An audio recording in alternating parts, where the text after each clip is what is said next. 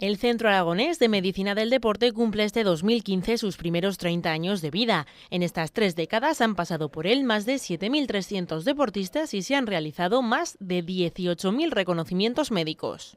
Y yo creo que tiene varias funciones. Una de ellas es precisamente la prevención y los reconocimientos previos para la práctica deportiva, pero también los vinculados al control del entrenamiento, la mejora del rendimiento y también la valoración de distintas patologías.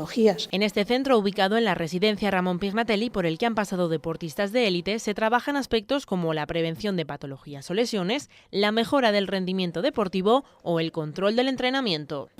A partir de ahora nosotros lo que pretendemos es seguir abriéndonos. La sociedad demanda atención médica en el deporte y nosotros somos, digamos, la punta de la lanza, ¿no?